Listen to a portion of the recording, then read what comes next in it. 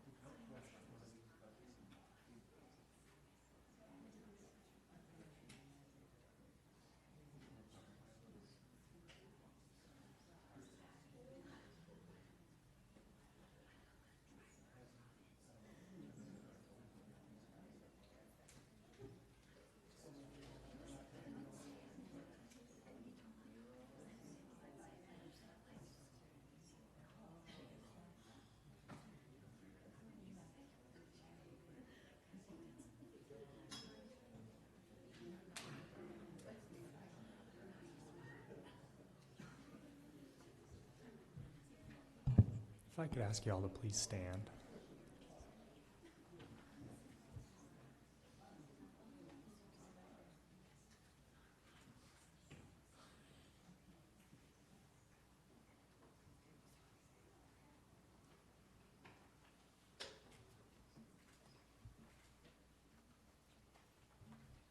Thank you. Thank you.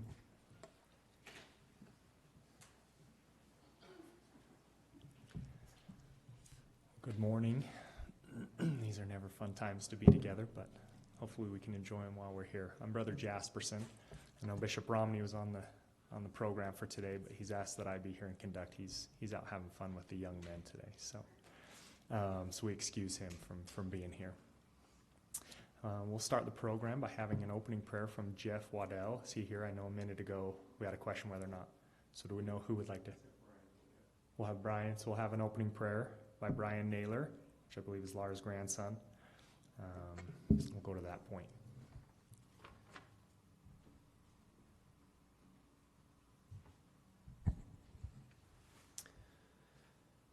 Our Father in heaven, we're gathered here together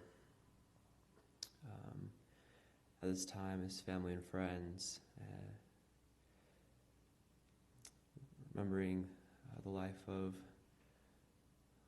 Lora, who was grandmother to some of us and a mother to some and great-grandmother to others. And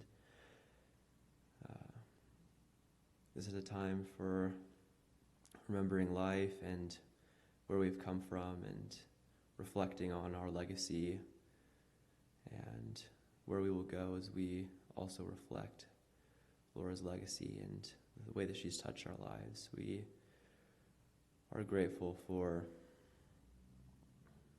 those spirits that are on the other side of the veil that watch over us and take care of us, and we ask thee that we can find ways to watch over those that are in our care as we continue in our mortal life, and that we can prepare ourselves to be the type of people that will be happy and comfortable to be with Laura and Austin on the other side when we pass. And we ask you that we can come together at this time and find joy and also allow ourselves to grieve. And these things we ask and give thanks for the name of Jesus Christ. Amen.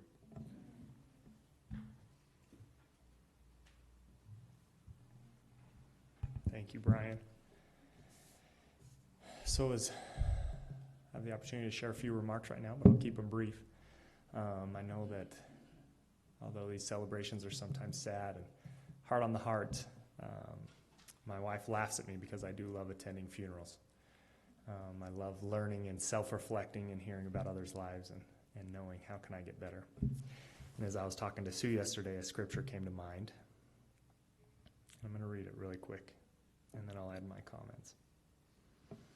But this is in the Book of Mormon, and it's in Ether, and it says, "And I soon go to the place of my rest, which is with my Redeemer, for I know that in him I shall rest.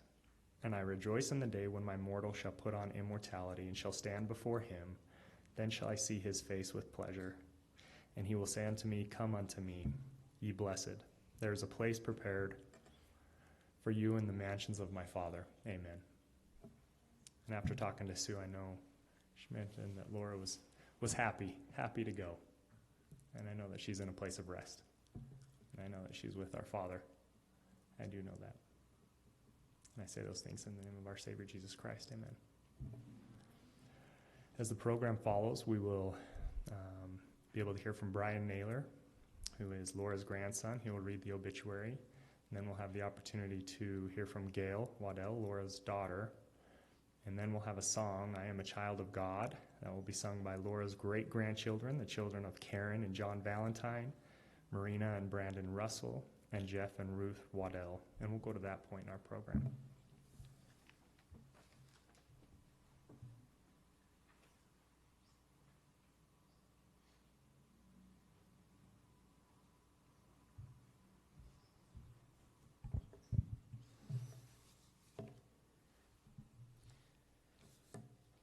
kind of hard to fill Jeff's shoes right now.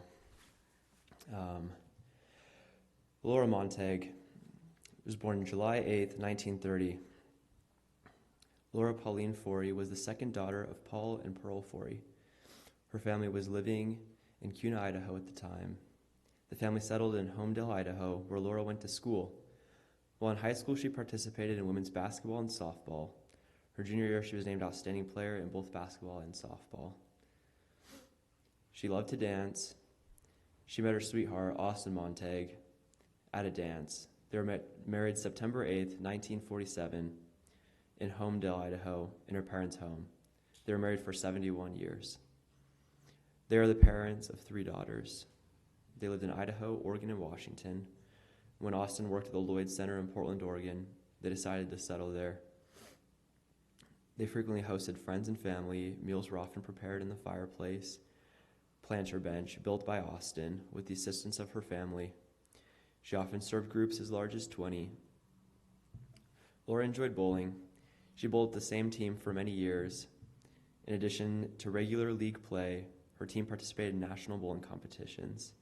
She also served as host at the national bowling competition held in Portland. And I think a lot of us remember the room dedicated to Austin and Lora's bowling trophies. Lora and her family enjoyed camping. She liked the evenings when the family spent time around the campfire, talking and sharing stories. When they camped, they also went fishing in streams and bays on the Oregon coast. The family also enjoyed fishing in the Columbia River for sturgeon, bottom-dwelling fish which must be longer than 3 feet and shorter than 6 feet. And we've seen a lot of those pictures on the walls of their home as well. Lora's friends enjoyed her company. She was helpful and kind, shared her sunny outlook with everyone she met. She particularly enjoyed spending time at reunions and other family events with her 10 brothers and sisters. Lora is predeceased by her husband, Austin Dean Montague. She is survived by her daughters, Sue Fernstead, Gail Waddell, and Yvonne Piquel. She has several grandchildren and great-grandchildren, one of whom shares her name.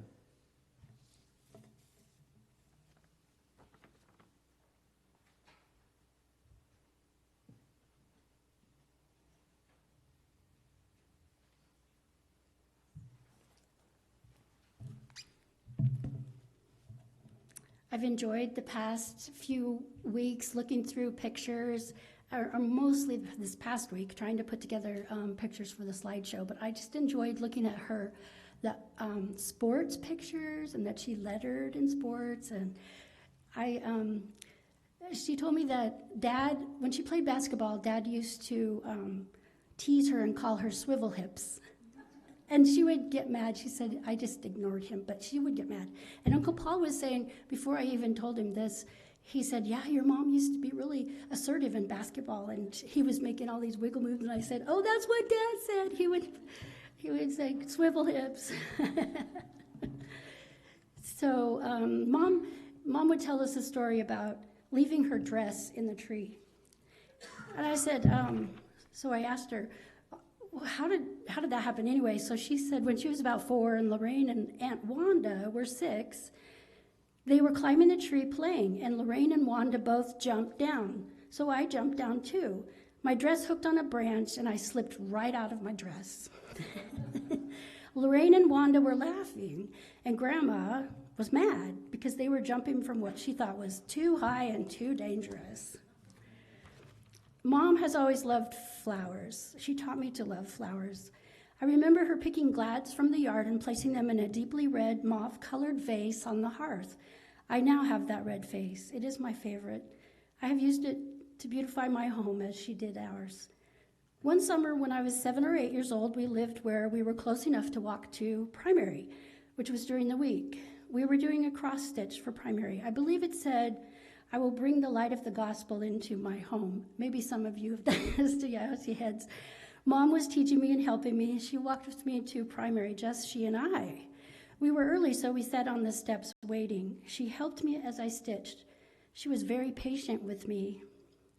This is a favorite memory of mine because I had Mom and her attention all to myself. So there's a story she tells about a snake in a bathtub. Somehow a snake got in the shower. Come here. No. So the snake is in the shower, and she takes a hammer to it and kills it. There's no way I would have been trying to get close enough with the hammer. I probably would have gotten help. But anyway, I always thought she was really brave that she just took care of it herself. There's a picture on the slideshow of Mom and her friend Ann Wood, and they have this big string of 8 salmon. So this was the day Ann and Dawn and Mom and Dad went out to Newport, out in the ocean from Newport, and the girls caught all the fish, all 8. The guys caught 0 zip, not a 1, and they were always pretty proud of that. And so one time, Mom fell in the river. So we used to go boating on the Columbia and fishing, and we were coming back in, and Mom had she brought the trailer down by the dock, and she was on the end of the dock, and Dad went to the front of the boat with the rope, and he was handing it to her, and she was leaning over, handing it to her. You can tell where this is going. And this current was pulling the boat further and further away. Pretty soon she was in the river, and he was frantic, and he ran to the back of the boat to get an oar, but the boat was moving too fast away, so then he had to turn it back on and come back around and get her, and he just was horrified that had happened. And she was just like, "Are you coming back?" Oh, and she had curlers in her hair because there was a bowling banquet that night. But I remember looking at her in the river with her curlers. So I'm like, okay, that looks fun. So some of the thoughts that some of the grandkids had written to Mom for her 90th birthday party were so good today, I thought I would just share these. They really exemplify who Mom is. Jamie bought some double mint gum recently and instantly remembered that was Grandma's gum. If Grandma were to give the kids some gum, it would be double mint. Grandma loved sweet and sour chicken, pizza, and trailblazer games. She was a basketball nut. And sometimes Grandma would let Jeff and Jamie eat lunch in the camper. She remembers going bowling with Grandma and playing in the nursery. When she saw all the trophies, she knew Grandma and Grandpa were great bowlers. Jamie liked the spinning chairs in the kitchen and a toy car that changed color with temperature. She loved reading the Friend magazines that she found in the hall closet along with the crayons and coloring books. Christmas Eve was always fun at Grandma and Grandpa Montague's. She remembers meat and cheese and crackers and lots of fun, and it was a big deal. Christmas Eve was bigger, as always, every year. Mayhem. Oh, and Grandma had Star Wars cassette tapes. The first story from the movie, and Darth Vader's,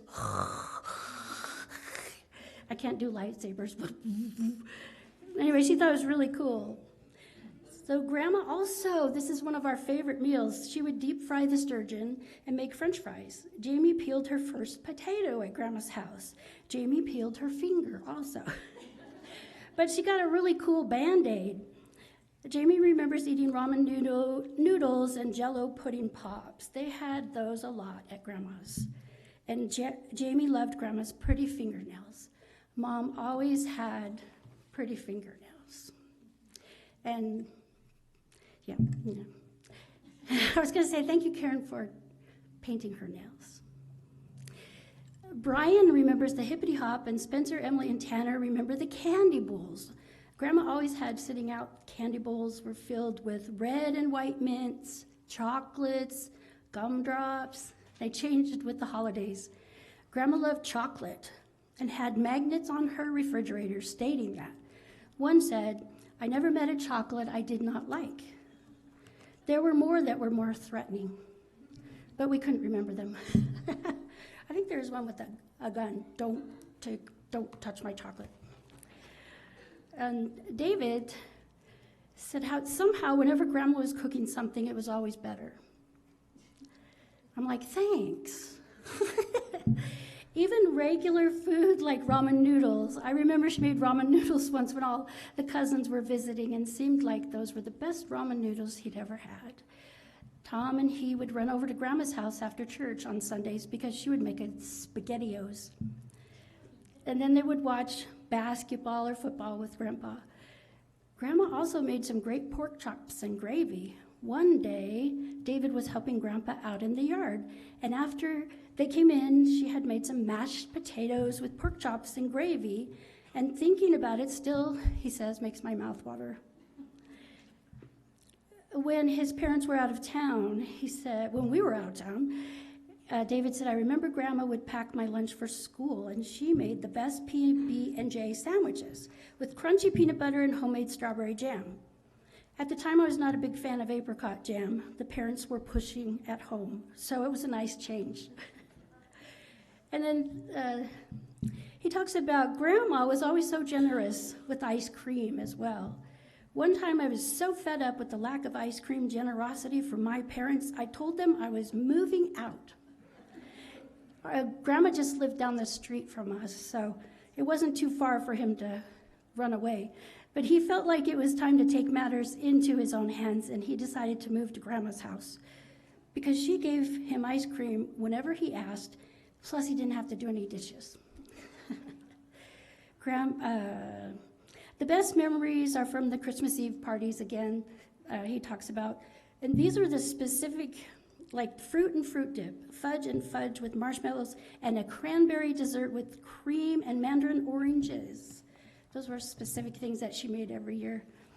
And we used to play a lot of games, lots of cards. She loved playing cards. Some of the best memories were, Skip-Bo, Phase 10, Rummy Cube, Dominoes, and they had the Mexican Train and the Chicken Foot and Checkers, Go Fish. Anyway, David just loved all of those games, and always puzzles. Mom and Dad loved doing those 1,000-piece or 2,000 pieces puzzles. They were good at puzzles. So this one time, David learned a new game at school, and he asked Grandma, so would you play this game with me? I just learned a new game. It's called BS. After school, I tried to get her to play this great new game called BS with Tom and me, but she wouldn't do it. I kept telling her the BS stood for bunny slippers, and it was a great game, but she kept laughing and saying, that's not what it's called. I told her it was no trick. At the time, truly was no trick. I had no idea the real meaning for BS. Regardless, she wasn't putting up with my BS. And we never played.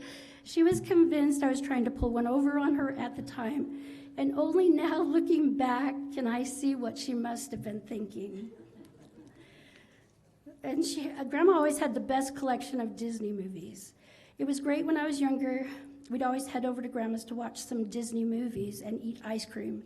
Now that I'm older and can barely sit through kids' cartoons, let alone watch the same ones over and over, I can tell Grandma must have really loved us and practiced some real patience with those movies while those movies were playing, especially The Land Before Time.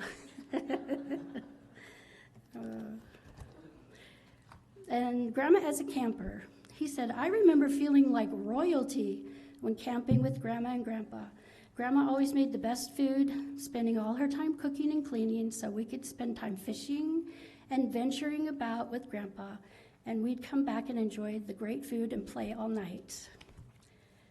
Karen, I love this memory. She said, the best memory I have are sitting at the kitchen table playing Phase 10 and Skip-Bo. It was always funny when Grandma got upset with Grandpa for going out before she laid down her phase. That's so true. I love play. And you know what else? Is that she would learn a new game and be like, oh, how do you do it? Oh, what do you do? Okay, I don't know what to do. And then she would win. We were always like, how do you always win? All the games. I love playing and riding in the RV and how Grandma decorated it with her Chocosaurus towels and hot pads. Another great memory is when we were quilting at a family reunion with great-grandma Forey. My quilt was hot pink, And we had 4 generations working on it. I'm sure it was boring to me at the time, but now it's pretty amazing. I just love how playing games is a fun tradition that I have tried to continue, even when I have to force them. That's what Karen says.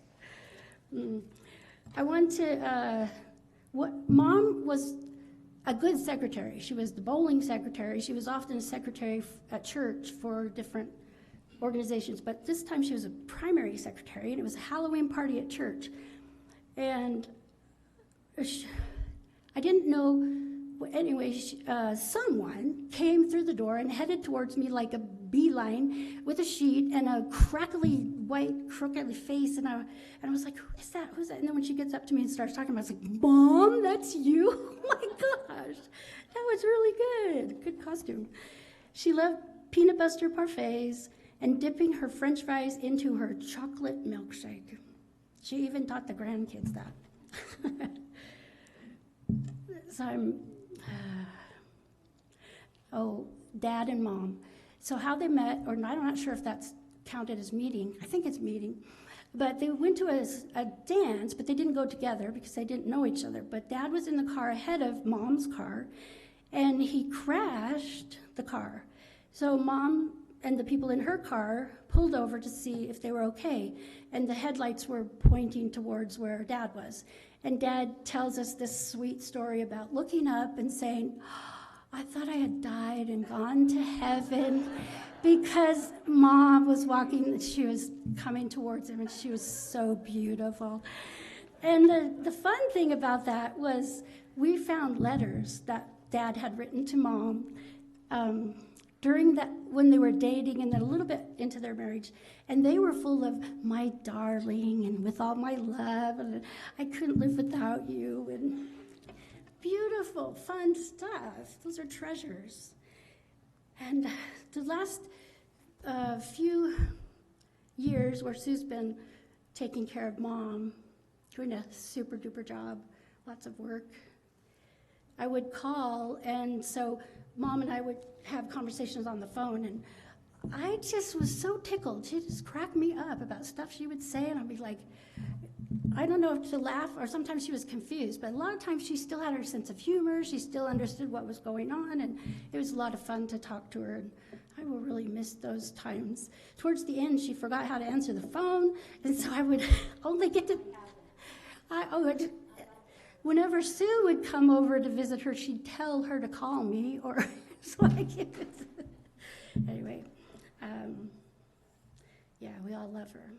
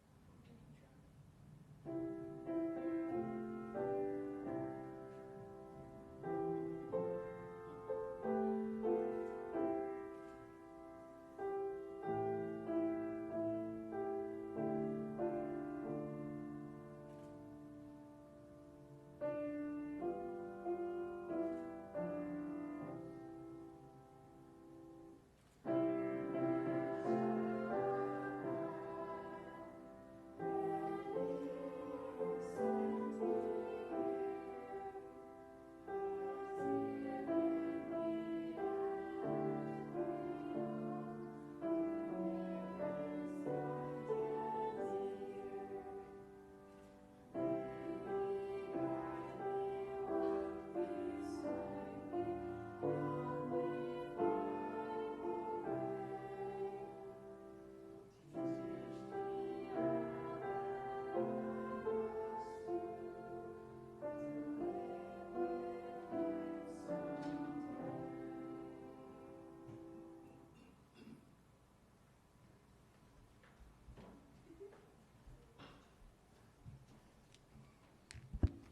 Thank you. That was beautiful. We now have the opportunity to hear from Sue for instead, Laura's daughter. And Yvonne, Laura's other daughter, is not able to join us today, so she's asked Sue to read her story. After Sue, we'll have a hymn, God Be With You Till We Meet Again, hymn number 152, and I believe there's hymn books by you. And then the closing prayer will be given by Karen Valentine, Laura's granddaughter.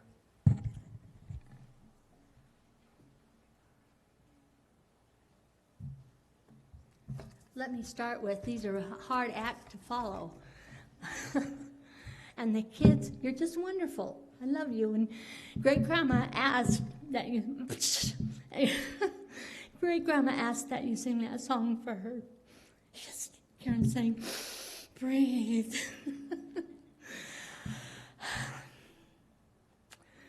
As you can see by the displays we have, our mother was very talented.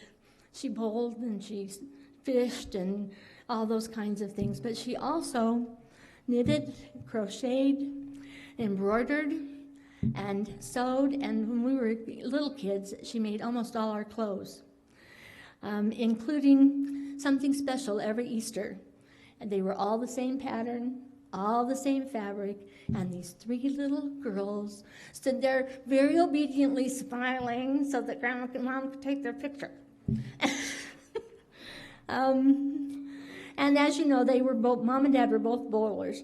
And each spring, the bowling league had a big dinner at the end of the season where they gave away all the trophies, you know, who was the best bowler, who had the best average, those kinds of things. And at every one of those, Mom and Dad took home each at least one trophy, often two. But the other people seemed to be really okay with that. It was all right because they were so much fun to be with. And when they bowled, everyone they bowled with loved it. And the teams who bowled against them regularly bowled way out of their range. And they said, well, it's so much easier to bowl with you because you're so funny. Well, okay. Don't watch me when I go up there then. Excuse me. The banquet was one of the highlights for Mom. It was the one dress-up event that they had all year. And she planned, I think she must have planned 3 or 4 months in advance what she was going to wear. And she had the perfect dress, the perfect shoes, the perfect jewelry, the right color nail polish, all of that every time. So then, but then her hair was a problem. She had naturally curly and wavy hair, and it insisted on being the same hairstyle all the time. And she wanted it to be dressed up or something, you know, it's boring that way. So she made an appointment with a salon, went in and said, look, I want one of those hairdos, you know, they're kind of a little poofy and they're smooth. I want it smooth and nice. Smooth. This is important, smooth. So they finished with her hair and she said, this is perfect. It is so, it is so smooth. I love it. She came home and we all said, oh, it looks wonderful. It is so beautiful. Then she went in and got dressed all ready to go and decided to take one last look in the mirror. So she stepped into the bathroom and looked in the mirror, and all of a sudden she went, whoop! And then it was really quiet, and then she went, whoop! Again. And we all rushed to the bathroom. What is wrong? And then she started to laugh, and she laughed and laughed and laughed. Her hair was curling itself again and creeping up her head. In the end, the hair had won. Now, many of you may not know this, but our mother was not fond of technology. She found anything past the radio and a tape player and the CD player, the VCR, as all that she wanted to manage with technology, and she was very frustrated that there were so many changes. When she first came to live with me, we said, okay, you need your own phone. So we're going to get a phone for you, okay? And she says, well, make sure it's really easy, because she'd had one in Oregon that she just could not figure out. So I said, okay, fine. So I connect with Xfinity and arranged to get the easiest phone they had. It was so simple, anybody could run it, except Mom. And she struggled and struggled. And finally, she just took it and put it in the drawer and said, I'm not doing this anymore. I have had it with this. So when we just ignored it at that point. And then when she moved into the apartment at the care center, she had to have a phone. And I said, well, here is a thing in the wall, and we could plug a phone into that, and you'll have a regular phone if that's what you want. Well, that would be good. Yeah, I think I could like that. Or we can get you a cell phone, and I'll find one that's easier than what you had before. And we'll see if that will work for you. I said, now think about it and let me know what you want to do. A couple of days later, she said, I think I want a cell phone.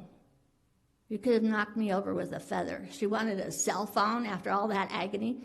So I said, okay, fine. Started researching and found out that the TV commercials are true. The Lively phones are the easiest ones. They're beautiful. They like this, and they have little stripes, all different colors, and each stripe has one of the functions for the phone. All you have to do is touch, and it will take care of it for you, and it will take you to the next step for what you need to do. So we sat down to do the first phone call, and she struggled with me saying what she was supposed to do. And we finally got through the phone call 2 or 3 times on that day. Then we had to come back and do it again because she forgot. So we did it again 5 or 6 more times, all on different days. And she still was not comfortable with it. So I was there one day, and I could not figure out what the problem was when the phone rang. Answering the phone had a whole different set of problems for her. That day, she just stared at the phone, and she said, what do I do? And I said, pick it up. Oh, okay. So she reached over very tenderly, picked it up, and said, now what do I do? I said, push the button and answer it. What button? Right here. You push this right here. Which one? You see my finger is pointing right here at this, and it's the right one. Finally, she caught it, and she pushed the button, and then she said, now what do I do? And I said, you talk. What do I say? Hello. Just say hello. It'll be enough. So she said, hello. And I said, no, Mom, you have to say it louder. Well, there's nobody there. And I said, the person who would be there can't hear you. And she said, oh, hello. And I said, no. Finally, the person on the other end of the phone said, hi, how are you doing today? And then she held the phone out and said, somebody's talking. What am I supposed to do? It was so frustrating for her. And it was so funny on my side. I finally said, would it help you if I wrote some instructions for you, wrote down the steps for you? So she said, okay, that would be really good. So I made the list. And the first item on the list was pick up the phone.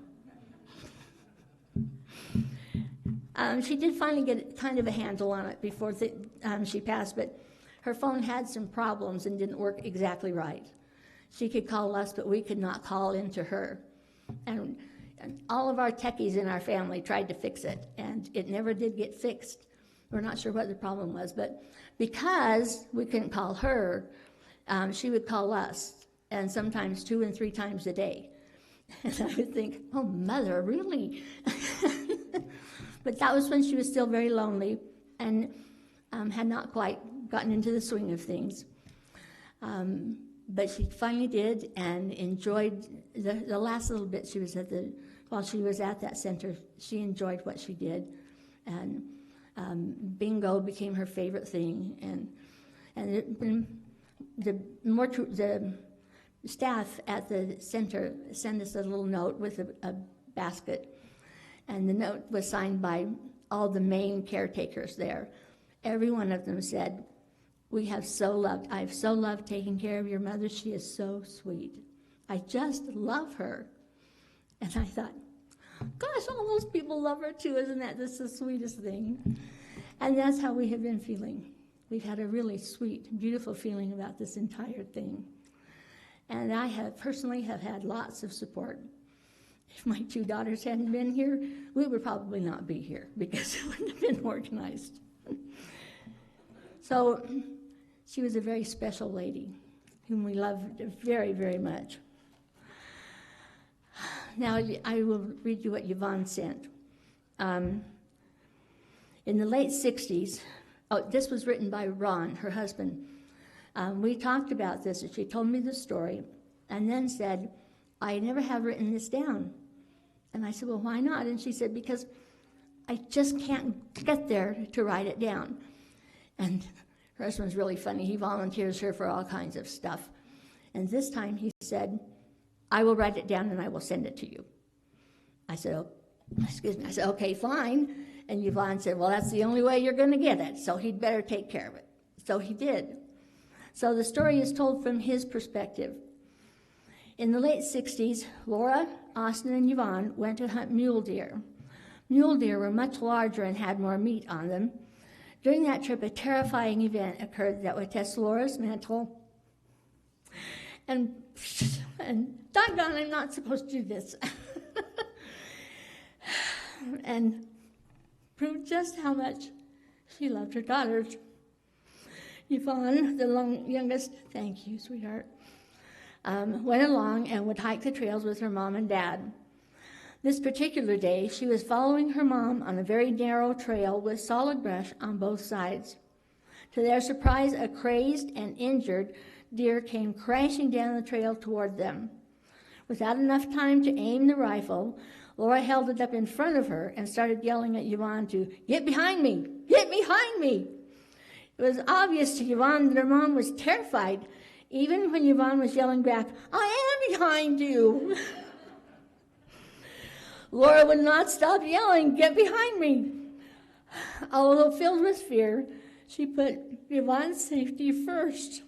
With determination and love, that mother on an unknown trail was going to protect her daughter with her life if need be.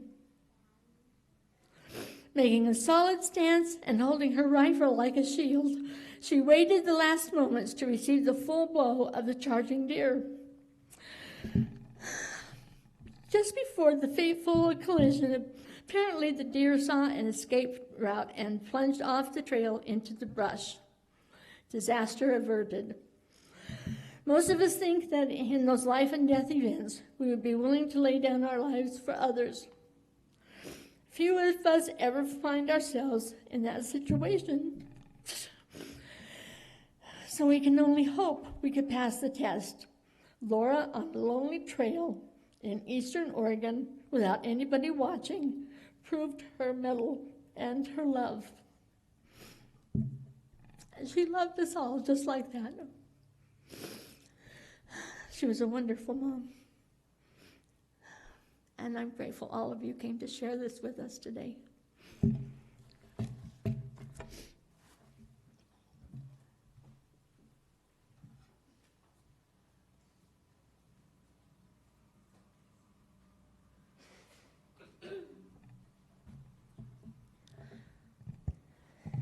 I just wanted to say some quick words before I said the prayer. Trying not to cry. But it was really great having her be down here for the past, was it almost 3 years? And I just loved it because my kids got to meet her. Otherwise, they probably wouldn't have been able to. And it was, she was so funny because whenever we would explain something, she was like, what are you talking about? But yeah, it was just really fun, and it was really nice having her here. So I'm grateful for that. I'll say the prayer now. Dear Heavenly Father, we thank Thee for all of us to be able to gather together and celebrate Laura's life. And I ask Thee to help us see the things in ourselves that Lora also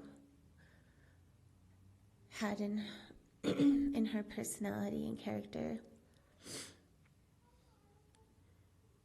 We ask you to help us be at peace and feel thy love and feel her love, and all of those who have passed on to feel their love as well. And we're so grateful that we could be here today and celebrate her. Say these things in the name of thy Son, Jesus Christ. Amen.